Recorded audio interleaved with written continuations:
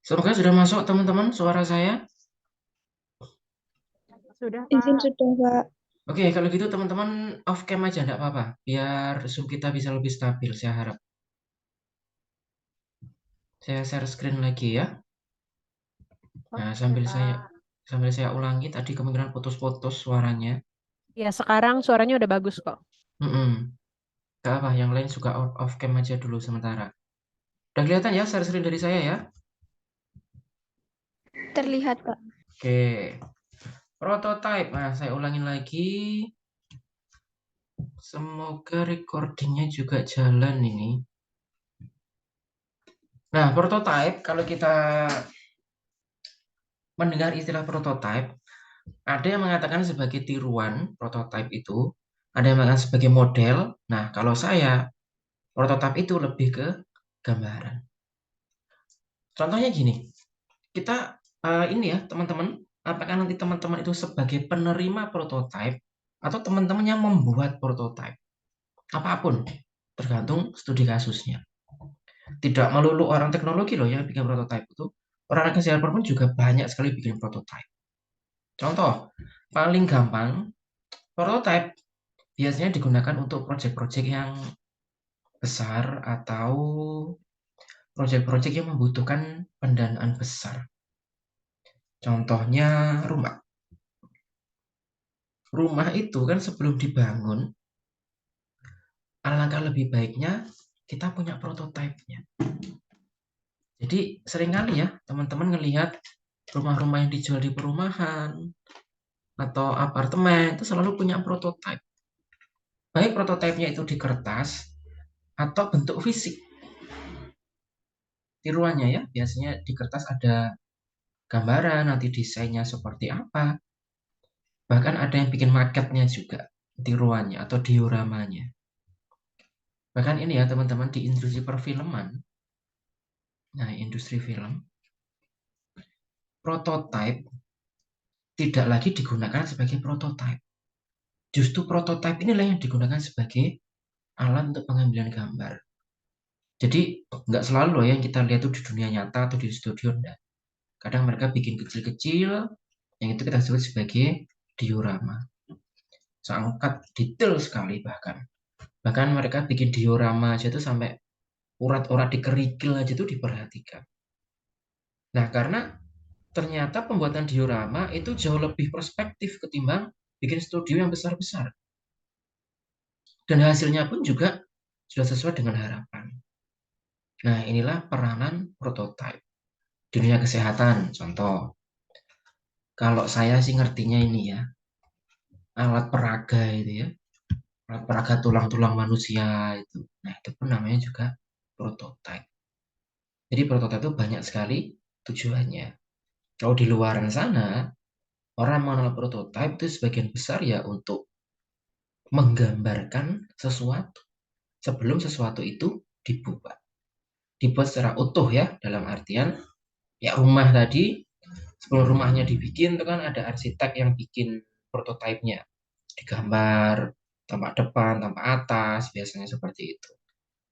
Nah, itulah yang disebut dengan prototype. Alat-alat kesehatan pun yang biasanya harganya lumayan tinggi, sebelum dia dibuat juga dibikin prototipenya dulu. Sistem digital misalkan di rumah sakit tertentu, di instansi kesehatan tertentu, sebelum program tersebut dirilis atau sebelum program tersebut ditanam di komputer juga ada prototipenya. Nah, sebagai programmer memberikan prototipe itu ke konsumen. Cocok apa enggak dengan yang diharapkan?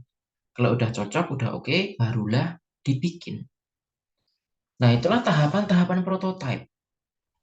Tahapan. Tahapan prototipe pertama adalah interview.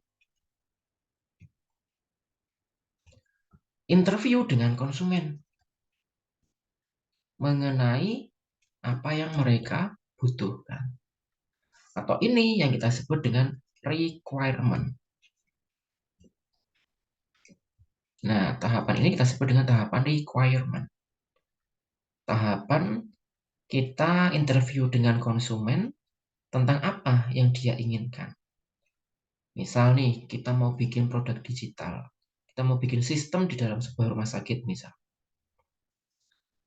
Para stakeholder atau orang-orang penting di rumah sakit itu pengen yang seperti apa nanti programnya.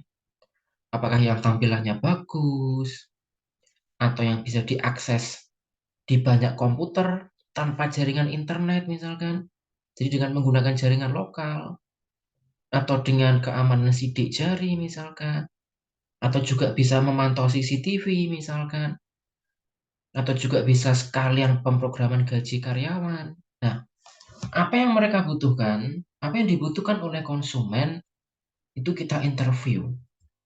Jadi konsumen itu kita biarin ngomong begitu, jelas silahkan. Yang Anda butuhkan itu apa? Apa aja yang Anda butuhkan di interview sekarang. Nah, ini disebut dengan tahapan requirement. Ini tahapan yang sangat penting, tahap requirement atau interview ini. Karena kalau tanpa interview, nanti biasanya akan terjadi lebih. Dalam artian fiturnya itu berlebihan, yang nggak dibutuhin kita kasihin gitu. Misalkan konsumen itu nggak butuh program penggajian, tapi tiba-tiba kita kasih gitu saja. Akhirnya malah nggak berguna. Atau justru kurang. Konsumen itu butuh presensi sidik jari misalkan. Tapi karena kita nggak kasih interview di awal, malah kita nggak kasihkan fitur sidik jari. Sehingga produk kita malah kurang. Rumah juga kayak gitu misal. Ada tahapan requirement dulu. Konsumen itu butuhnya seperti apa? Baru kita bikin. Jadi rumah-rumah yang bagus biasanya, rumah-rumah yang mewah misalkan gitu dengan harga yang tinggi, nggak langsung dibangun ya teman-teman. Mereka melalui tahapan interview dulu, requirement dulu. Jadi biasanya perumahan-perumahan yang mewah itu mereka hanya menyediakan kafling saja. Nanti rumahnya seperti apa, bentuknya, jumlah kamar berapa, dan seterusnya. Interview dulu dengan pembelinya. Biasanya mereka hanya store desain saja. Kalau pembeli oke dengan desain itu ya oke, kalau enggak mereka bisa bikin desain yang lain. Nah, itulah pentingnya kita bikin prototype. Ketimbang misalkan rumah-rumah yang mewah, rumah-rumah yang bagus, yang mahal, dibikin sesuai dengan desain keinginan perusahaan, ternyata konsumen nggak suka dengan itu. Nah, akhirnya kan nggak laku. Kan sayang ya, uang segitu banyaknya ternyata nggak laku. Banyak sekali ya kita temui di sekitaran kita, terutama Anda yang di kota-kota besar, banyak perumahan-perumahan yang mangkrak biasanya.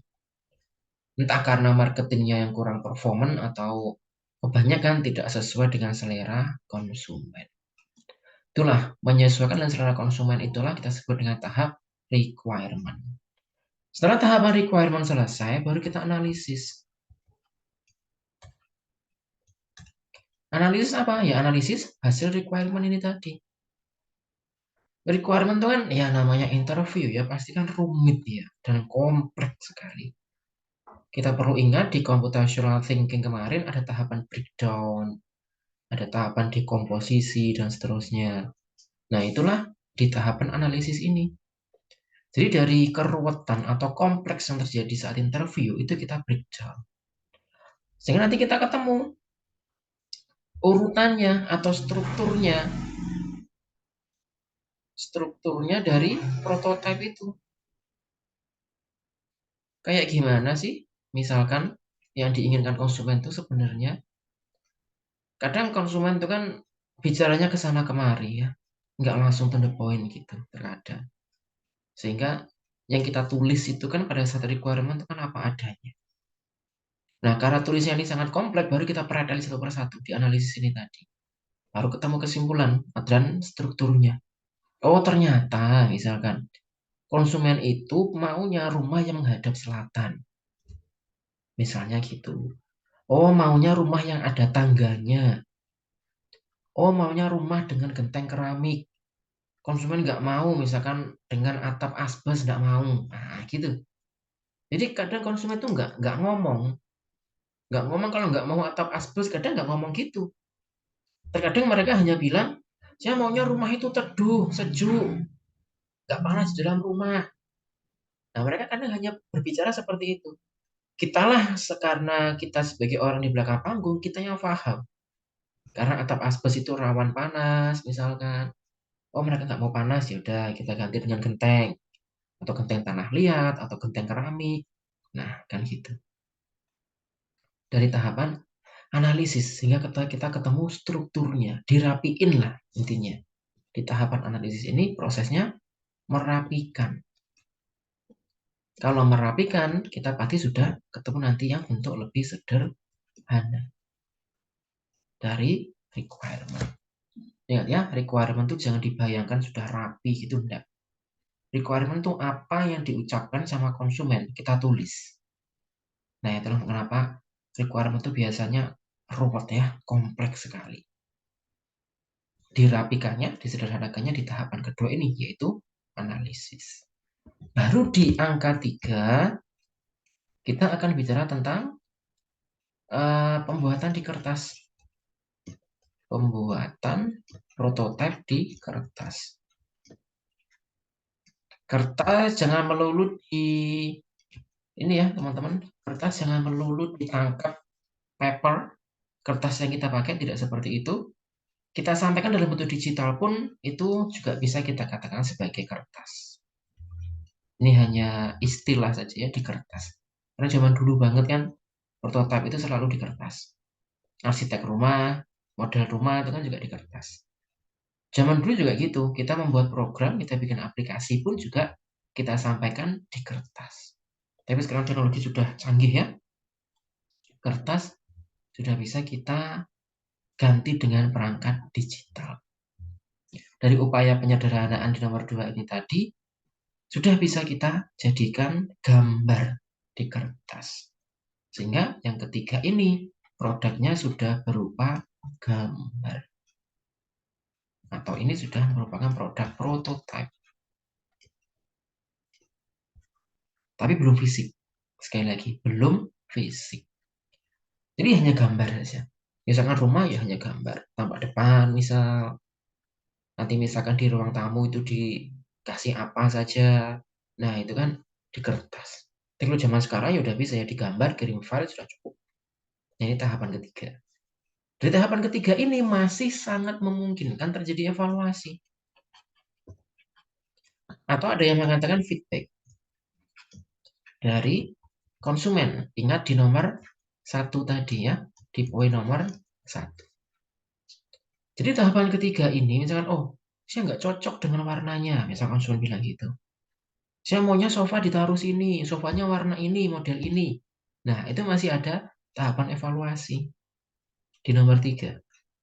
Peluang terjadi negosiasi, evaluasi itu di nomor 3 ini.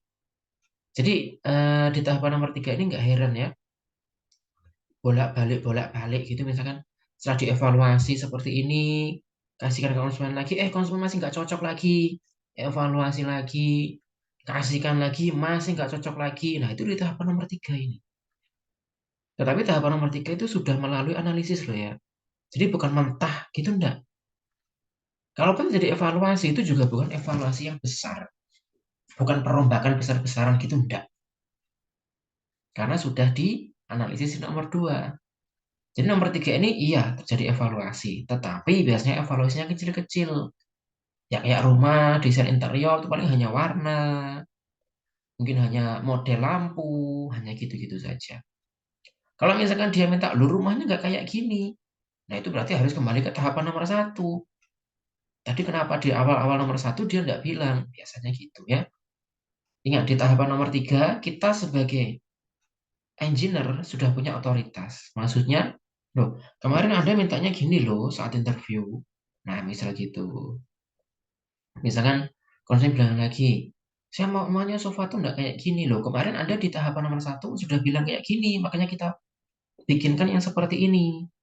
Nah, jadi engineer sudah punya otoritas untuk mengevaluasi lagi. Jadi konsumen boleh mengevaluasi, tapi engineer juga harus punya penolakan.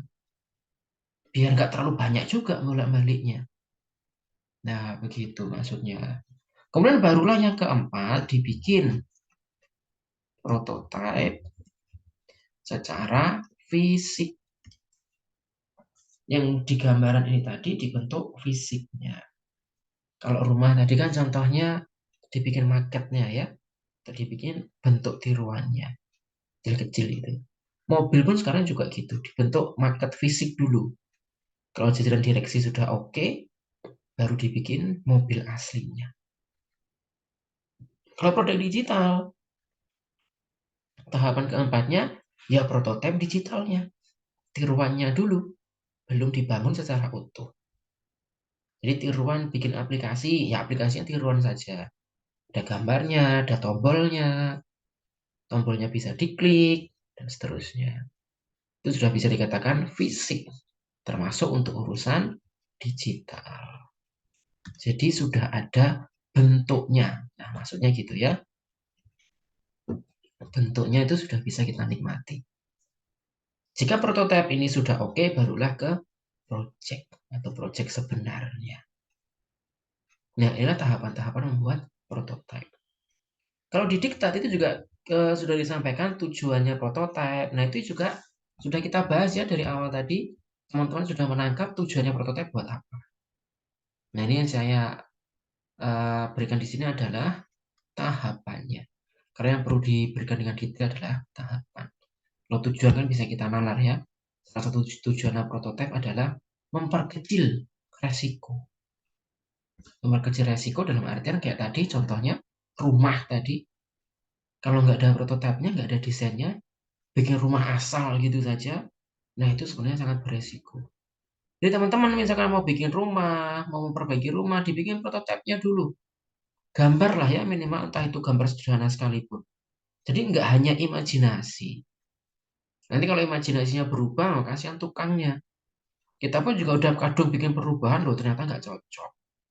Ya karena nggak dari awal-awal nggak direncanakan. Prototipe ini adalah bagian dari rencana. Jadi direncanakan dengan baik, nanti hasilnya seperti apa. Dibikin dulu tahap-tahapnya, jadi nggak keburu-buru ya. Justru kalau keburu-buru langsung bikin gitu aja, biasanya akan kita temui banyak sekali kekurangan. Nah, kekurangan itulah yang kita minimalisir. Meminimalisir kekurangan itu dengan tadi ya, prototype. Jadi nanti misalkan UTS, teman-teman gitu ya, ada pertanyaan, apa tujuannya dibikin prototype? Misalkan gitu, nah teman-teman sudah mampu menjawab seperti apa. Oke, silakan jika mungkin ada pertanyaan tentang prototype, bisa dipelajari lagi ya di diktat ya. Ada di GCR, silakan. Jika pertemuan berikutnya berarti minggu depan ya. Minggu depan sekali lagi silakan tepat waktu. UTS-nya kita lakukan secara online. Entah nanti prosedurnya seperti apa. Kalau tepat waktu, saya yakin teman-teman bisa mengerjakan, juga bisa mengumpulkannya tepat waktu. Karena UTS, jadi mengerjakannya berbatas waktu. UTS-nya minggu depan ya, Pak? Ya, UTS-nya minggu depan. Semua mata kuliah ya udah mulai minggu depan?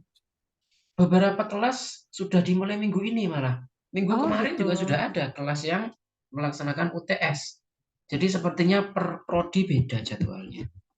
Oh ya teman-teman, untuk UTS kita di minggu depan, saya sarankan Anda menyiapkan laptop ya.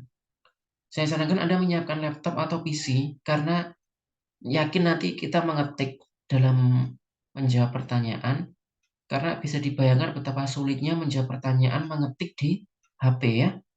Jadi itu pesan saya, silakan sediakan laptop atau PC. Itu sangat memudahkan Anda nanti. Dan ingat mengerjakan soalnya berbatas waktu. Jadi saya harap jaringan kita bisa stabil, bisa bagus, sehingga kita bisa sinkron nanti waktunya. Oke teman-teman, seperti itu dulu ya yang saya sampaikan di hari ini. Prototipe pertemuan ke-6, pertemuan ke-7 silakan dipelajari secara mandiri untuk persiapan UTS minggu depan. Terima kasih atas kehadirannya, mohon maaf lebih kurangnya. Semuanya sekali lagi jaga kesehatan. Bagi yang menjalankan ibadah puasa, selamat menjalankan ibadah puasa. Semoga puasanya dinilai ibadah, diterima amal-amalannya hari ini dan seterusnya. Dan semoga majelis ilmu kita hari ini juga dinilai sebagai ibadah dan mendapatkan berkah. Terima kasih. Wassalamualaikum warahmatullahi wabarakatuh. Waalaikumsalam.